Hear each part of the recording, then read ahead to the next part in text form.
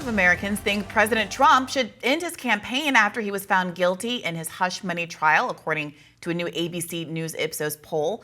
But the same poll shows a vast majority of Republicans want Trump to stay in the race. Joining us now to discuss what Trump's guilty verdict means for the Republican Party is GOP strategist Melik Abdul.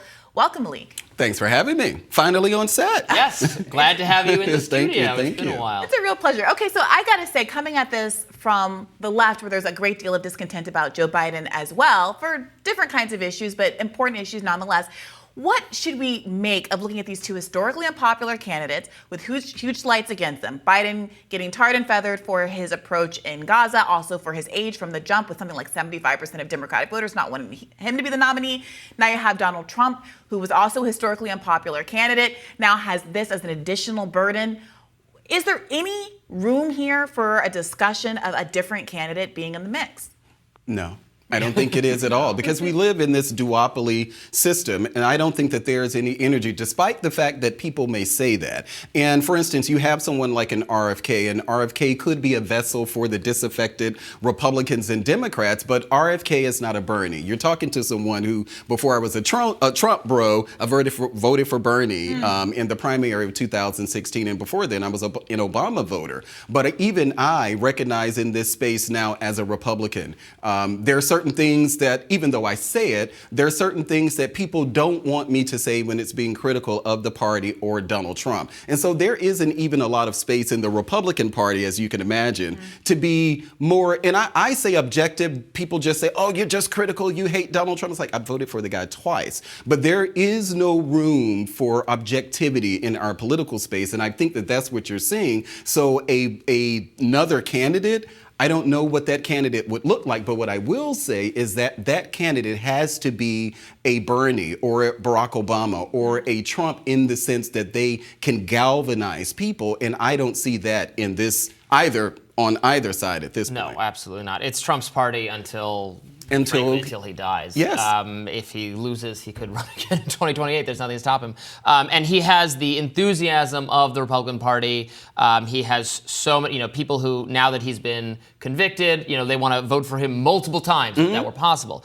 The question, though, is there that sliver of Republicans who did not want Trump, who preferred like a Nikki Haley, who are moderate or swing voters, or not, maybe they voted for Biden in 2020, but they're really unhappy with the policies they got. Do they live in Michigan and Pennsylvania? Is it possible he loses enough of them because of the conviction that he would lose the election? I have always said, much to the chagrin of many, that there is a possibility Donald Trump could lose. There's no way that you can just predict that, of course, Donald Trump is. Yes, there are possibilities there, and I think a lot of that won't be with this trial, this recent trial. I don't think much is going to change after the trial. We'll probably see, I would say, maybe a month from now, to see whether or not there's any movement from Joe Biden. If there is movement, consistent movement for Joe Biden, I think it's something that Trump should be concerned about. But outside of that, I don't see much movement in this political space. People saying, well, no, I'm not going to vote. Donald Trump's personality, and I've said this many times before, the thing that will railroad Donald Trump is Donald Trump's personality. And we know that because in 2020, it wasn't the federal government's response to COVID that many people had a problem with. It was Donald Trump's personal response to COVID, and he can get in his own way. That will hurt him in the fall. I just had this debate with someone on my own podcast who I have a lot of respect for, but who was explaining sort of aspects of the vote blue no matter who narrative that he does buy into, saying that, at the end of the day, I've lost people very close to me because of COVID, and Trump's pandemic response just was beyond the pale for me. And I said, well, whose pandemic response exactly? Dr. Fauci's, who was the one that was advising Donald Trump, and then the one that was advising Joe Biden. He specifically was criticizing some of the mask mandate advice. And I was like, well, that was straight from Dr. Fauci, that was the government, who remained in control after Donald Trump was out of office. So I take your point. I do wonder if you feel differently about what the outcome of some of these other trials might be that are more substantial in nature than this hush money trial. Absolutely. And I've said this was the weakest case even if you listen to people on both sides, they say, well, this was kind of the weakest case. If the classified documents case or the January 6th case or the RICO case, if they were going to trial, it is very possible, and they had a conviction by now, we would have a much different conversation. But trying to explain to people here, well, Donald Trump wasn't actually charged with the felony, the FEC violation like Hillary Clinton was, that the FEC filed, you find them, and over the Steele dossier. That was an actual FEC violation. When you try to explain to people, well, he didn't use campaign funds. This one is a bit different. If it were some of those other cases, they were probably more cut and dry than this case. I don't think that this case, people, many Democrats and critics of Trump would like for this to be the case where people would finally say, I am washing my hands with him. But right now, we're not seeing that. And I'm not convinced that this case will actually take us there. You're a Republican strategist. Are there Republicans saying, man, I hope they do jail Trump, because the optics of it, the argument that the system is weaponized against Trump, the Democrats are doing anything they can to get him. Trump himself said, if they send me to jail, they send me to jail, so be it. Is there a sense among Republicans this is actually good for his campaign? This could be helping him? The perception of persecution that he has made his entire re-election scheme? Sure. There are people out there who say that, and my response to that is that they're all lying. No, it's good. Yes, it's including. No one wants, first of all, no one wants to be convicted of anything. No one wants to go to jail. I understand the optics argument, and as a strategist, you can make something from the optics argument. But the notion that somehow there's any benefit to being convicted or in jail, this is stuff that people say when they get on television.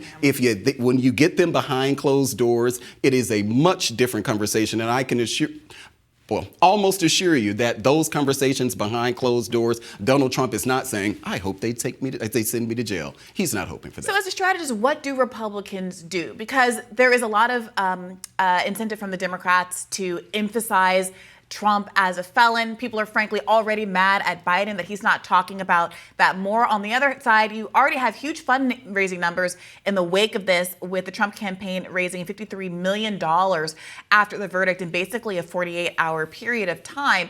How do you manage, what do you do with that money, rather? How do you manage the fact that there is this sliver of 7% of Trump-committed voters who said prior to the verdicts coming down that they would be less likely to vote for Donald Trump if he were found guilty? You have some, mixed messaging from Trump about Israel and Gaza, but that is a hot-button issue that I think he is wise enough to not want to be too specific about, because he sees that there's a lot of polarization in America, and a lot of anti-war people on the right who don't want to see as much American dollars going overseas, regardless of where it's going. I mean, what would you do to fortify Trump going forward from this verdict? Well, what the party has to do is actually get on one accord. Like, our messaging is pretty terrible. It's kind of all over the place. But you're going to have to talk about a vision forward. Now, this case has given Donald Trump some energy to talk about the system is rigged, but the system is rigged will not win you an election. You have to have the boots on the ground. So we have organizations like the Black Conservative Federation. They're actually out there with get out to vote strategies. And let's be clear, this is a get out to vote operation here. Anybody who tells you that they're going to sell you on policy, it sounds good. I've written policy. I understand how all of that works. But the Republicans are going to have to focus on a vision forward for the country.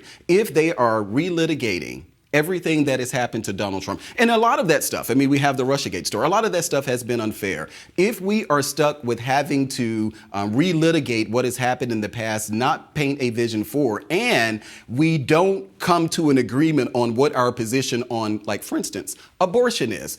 If we do not have a solid answer on that, I was much more amenable. I hate Nikki Haley's her neocon, she's literally just talking about signing rockets, saying, I hate that part of her, but her position on abortion, I thought was it was a practical position that the Republicans need to get behind. Don't push this federal abortion bans. Don't try to do anything like that. Donald Trump is even having difficulty explaining or navigating this states' rights versus federal government space. Made a weird comment about contraception bans. Yeah, and then having to come back, well, no, that's not what I meant. Again, Donald Trump, Yeah. your mouth can get you into trouble. Republicans are going to have an answer on abortion, and I think that they will be able to learn from Nikki Haley. I thought that she straddled the fence on that well, but if we don't have a good answer, if it is 6-week ban is good, contraceptions we're going to lose. We're just going to lose. Well, Melik Abdul, thank you so much for joining us. More Rising right after this.